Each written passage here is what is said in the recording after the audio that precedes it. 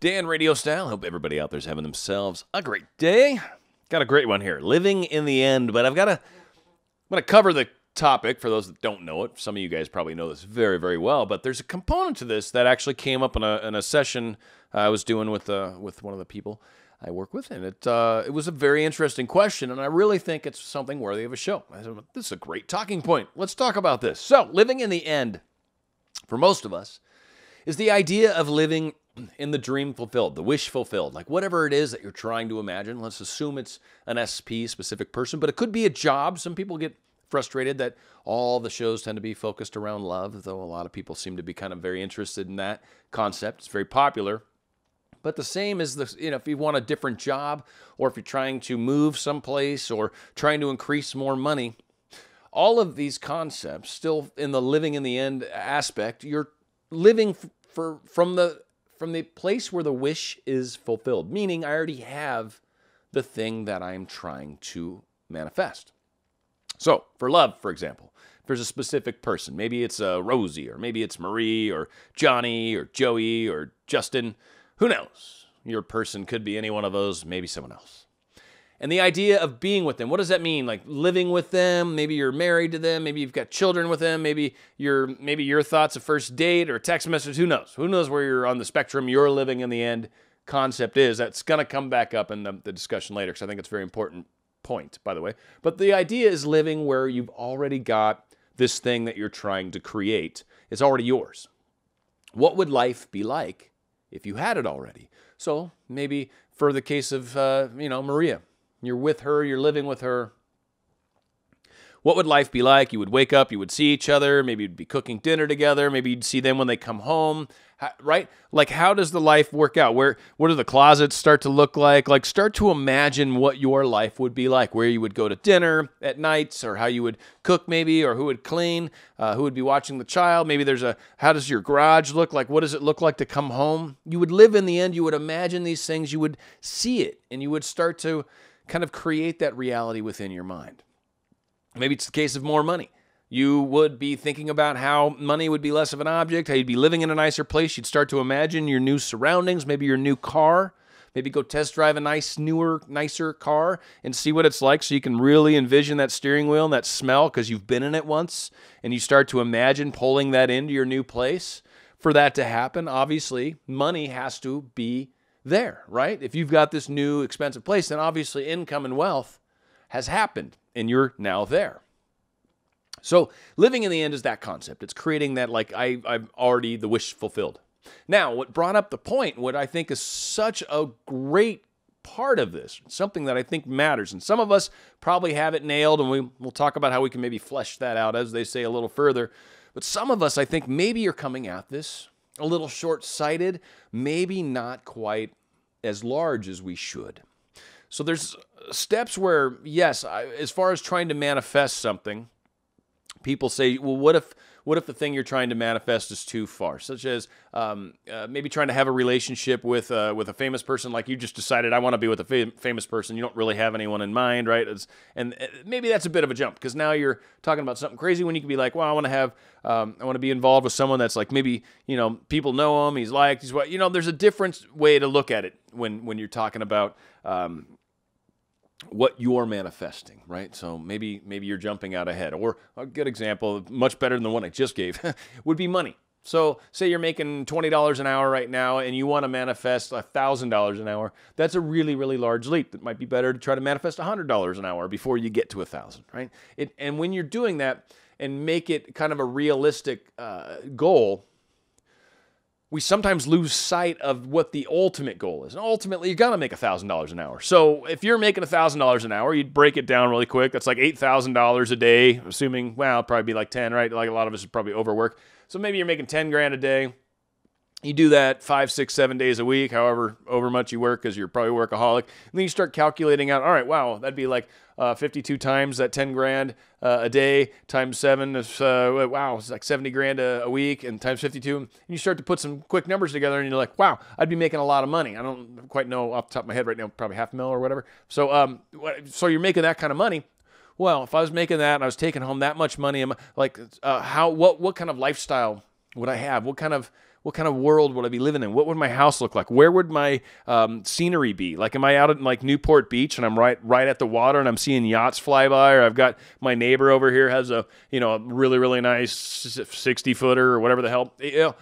What is the reality that I'm trying to get to? That's the living in the end that you do. Now, it's not necessarily the steps that it's going to take to get there, and it's not, even if it seems like it's too big to believe it's possible, it's still awesome to think about. Again, your focus-based universe, right? I still want to try to imagine and expand that imagination as much as you can, even if you don't know what it is, and even if you're so far from making $1,000 an hour, the idea that you could have that place and like wake up and see the glass and actually see the water out front and see the boats and like drive down to Newport Beach. For those of you that know Southern California, it's a very, very nice, ritzy area. And there's places you can drive down there and actually, restaurants and stuff that are really close to some of the super, super wealthy people's homes.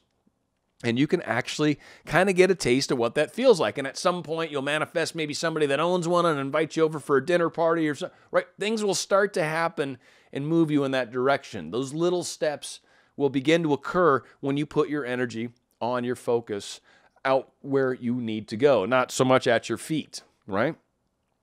What some of us do, though, is our living in the end is just a dinner. I want to have dinner. I want to get a text message. Or I want them to, hand me a bottle of water, or I want them to say, hey, do you want to get lunch? And that's their living in the end. And you keep living in some sort of scene. It's just one scene. It's one image. It's one moment. Maybe it's marriage. It could be the wedding. But I would even still say that's short-sighted. What's, like my friend said, he said, well, I'm looking like because I asked him, I said, so what's your end? And that's my question to this video is, what is your end? Where are you at when you think about the end? Because frankly, the end's like when we die. That's when the end happens in your life, is the day you go back to where you came from, when you go to the other dimension, and it's the end of this. Otherwise, whatever your end is, isn't really an end. It's a beginning, it's the next step, it's part of, it's in the middle of some other end. I mean, there's no end. So what is your end? And when I asked him, he told me, well, it was 1 year after we've been married. And I'm like, now that's a cool end. That's a cool end. Because of where he's at right now and what's going on, that's perfect. And things are falling in line beautifully right where he's at. It's really cool. It's fun to hear the stories. So as he's moving towards that, he's going to start to shift the end out even further. Maybe it's going to be when he's holding his baby daughter in his arms. Well, you're now very, very into this relationship and things are going in a very good direction, and they're both like crazy workout people too. So the idea of putting a baby and somehow messing up my perfect body, right? We don't want that. But I'm kidding. Of course, I'm sure the experience of it is amazing.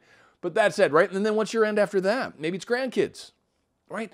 So expanding the end out beyond your reach is where it should be, and it should never stay this fixed kind of point. And I know some of us may say, well, that's what I'm doing. I want to have lunch. But it's like, are you after having lunch with someone? Or are you interested in having a relationship with someone? Because living in the end and thinking, well, I've had a meal with an individual, well, how does that change my life? How do I imagine what my world is like now that I've had a meal with Brad?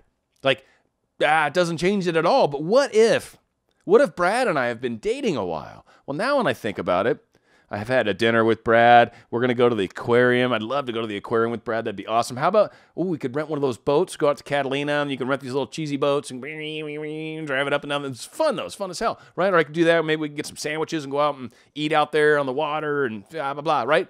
Like now you start to imagine a life that involves and is shared with another individual rather than just a specific event or a text message or a phone call or walking up and knocking on your door. Like, I want that to happen. Well, I understand. But for that to happen, and you guys have been together 6 months, that probably happens, right? Like, that's cool. Don't be frustrated that you've put energy into that. It'll probably happen. But let's get out past that a bit. Let's start to expand. Again, it's like even though you're not making $1,000 an hour right now or nowhere near it, do the math. Figure out what that actually is. And so, yeah, my next step is to get $100 an hour.